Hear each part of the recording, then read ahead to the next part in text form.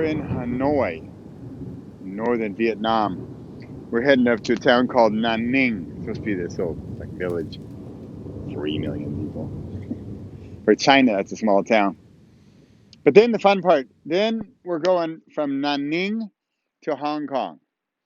And the best way apparently is by bus. But not just any old bus. We're going in the bus with the beds. Now, I'm not talking just like recliner bed. I'm talking double pillows, sheets, blankets, cozy. Betty bye. Oh, could you hit the night light? I'm gonna take a little snooze.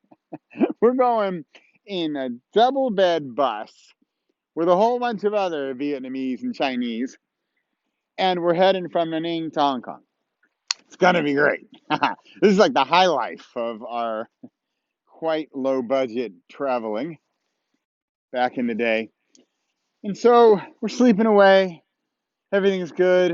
Probably having dreams of delicious Chinese food when we get to finally get to Hong Kong and see our friend Rich. Yet, in the middle of the night, 2, the bus stops. We're nowhere. I mean, we started in nowhere and we're kind of heading nowhere, but now we're in the middle of nowhere. And there's some talk. Of course, I don't understand a word of anything, but there's some talk that apparently we need to get off the bus. Like, no, no, no, no, no, no, no, no. You can get that one time out. That's international, right? No, it's not. We're in the bus. We're about to be kicked off the bus. We're like at a rest stop. I mean, if this were California, this would be like a rest stop outside of Bakersfield. Not in Bakersfield, like outside of Bakersfield, like at a truck stop, but no diner. There's nothing. It's pitch black outside. It's the middle of the night. I'm like rubbing sleep out of my eyes, thinking, what is going on here? What is this unexpected stop? Why are we stopping here? So we try to explain. I've got my Chinese phrase book out. I'm saying it as best I can. I'm giving it my best. And as a typical traveler does, I just repeat it again and again. And then American that I am, I probably say it louder. I'm probably saying, I would like a shoe with cheese on it. And then just repeating that. And they thought it was hilarious. I was not in a hilarious mood. We're about to get kicked off the bus at like a rest stop on the highway somewhere in eastern China. Hopefully, somewhere near Hong Kong. I have no idea at this point. By the way, Hong Kong came up a lot in my conversation. Hong Kong, we want to get to Hong Kong, train station to Hong Kong. We were pretty sure we weren't going to be dropped off in Hong Kong. We were supposed to be dropped off at a train station, get to Hong Kong. So I'm trying to say, now I'm like barricaded myself because I don't want to be kicked off the bus. But there's like 10 or 12 people outside the bus. I don't know where they came from. Did they come from the bus? Are they going to the train station too? We don't know. We don't know what's going on. The helicopters did not arrive to save us.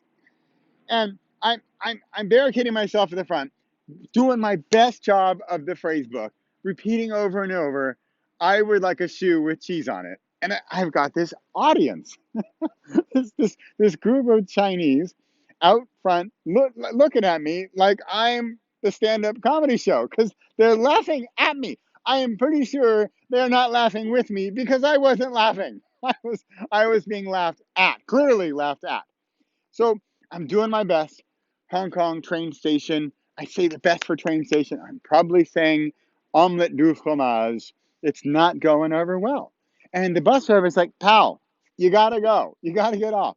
And people are come on, they're super friendly. They're come on, come on.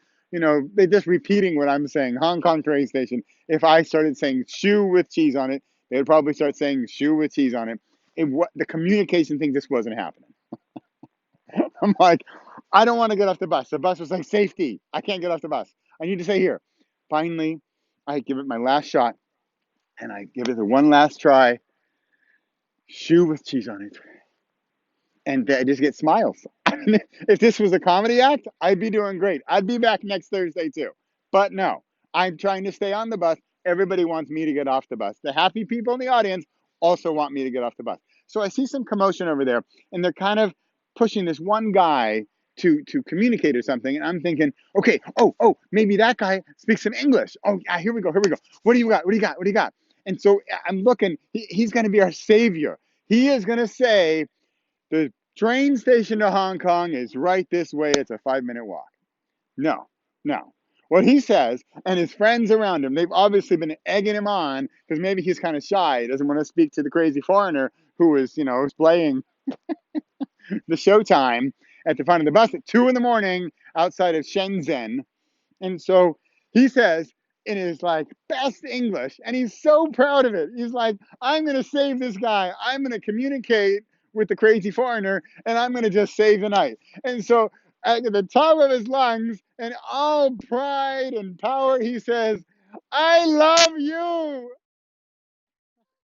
I don't know what to do at this point. Do I say, I love you too? Do I say, is that the name of the train station? I don't know what to do. We get off the bus. We have been convinced through humor and clear, direct statements of love that it's time to get off the bus.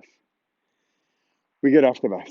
We walk with a group of people, and we do end up at some train station somewhere. But now it's like 3 in the morning. The train station is completely dark, except there's like a line of people outside. Except some are sleeping on the pavement, some are sitting in chairs. I'm thinking, wow, hot tickets to the Hong Kong Express. When do they go on sale? 6 o'clock. That's when they go on sale, apparently. So it's 3. The train leaves at 6. We could go hang out at the train station at 3 o'clock in the morning in probably Shenzhen, China. I don't know. I was kind of tired. I was kind of happy with my double bed bus ride. That's long gone. That ship has sailed. That bus has departed. And I was kind of scared of the train station. There was all these people mulling about. Train stations don't always have the best reputation for like the best place to be at 3 in the morning in a crazy foreign country. No, there's a nice hotel over here. Let's go to the nice hotel. We're on the budget of all budgets. We can't afford a hotel, so we go into the hotel lobby. I think we say we like have to use the bathroom or something, and then we're sitting in the lobby and we're like basically making excuses for 3 hours about how we don't know where to go and maybe we'll get a room tomorrow, but we kind of can't afford it. And yeah, 3 hours of that. No sleeping. We weren't allowed to sleep. They would get us for that. And so finally, through some more communication with some people at the hotel, turns out there was a train station. But if we really wanted to go to Hong Kong, yeah, we want to go to Hong Kong. That'd be awesome. That'd be great. At this point, let's go. Let's go to Hong Kong. And so they said, oh, there's a bus. There's a bus. There's a bus that can leave at 6 and goes to Hong Kong. Oh, but actually, it was earlier. It was going to be 5. Let's go. Let's go on the bus. Let's go on the bus. So we get on the bus. We get on the bus to Hong Kong. We go. We get to Hong Kong. It's amazing. We get there. And we get to Hong Kong and we see my friend and the true traveler that he was. He's like, how was your trip? And at that moment in the past, which was the present, I have a decision to make. And I can now change the trajectory of my future life by turning this into a completely negative, frustrating, annoying experience, which it pretty much was at the moment. Yet, how do I change my present so that it leads into the future? How do I then look back and I can't change the events of the past, yet I can change my perception of them?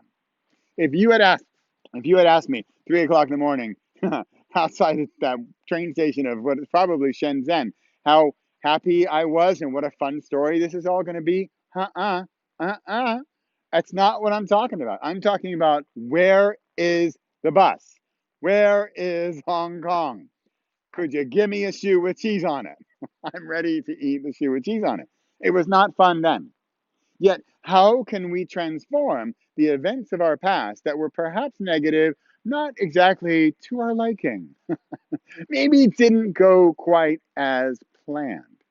Yet, how can we transform those so that in our present moment, which was then the future, how can we make those so that they don't hurt us? They don't affect us in a negative way. They're not taking from us. They're not like a chip on our shoulder that, like, I can never take a bus ride again. I can't sleep in a double bed. And if we ever go to China, it's too close. No. I would love to be in a double bed bus again.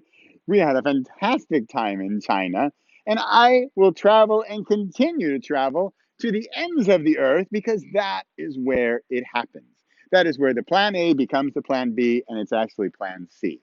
Yet, how do those events in the present moment, as bad or as negative as they might be, turn into the guy late at night in the middle of nowhere, who out of the crowd, I can only look back and smile at this guy in his best loving sense of helping a foreigner, helping a stranger. I love you. That's it, right? Is that it? Is that it? How can we turn those times of the past, turn them, twist them a bit to our liking so that they turn into a positive element of the past and don't pull us down from the bad events of the past and lead us into a better present and an even better future that we can grow from them? Now, I'm not saying if the event was really bad, if, cousin Bobby took the turkey tenderizer knife to the dog and murdered him on Thanksgiving, there's not going to be a whole lot of fun stories about that. That's going to be a little harder to twist into something positive in the past. Yet, how can we turn the events that are maybe somewhere on the border, maybe something that wasn't fun at the time, how can we learn from it and turn it into a positive event of our present and then yet even better into our future? I love you. I love you. It's got to be the best declaration of love I've ever had. I'm Bradley Charbonneau, and this is Thursday Thunder.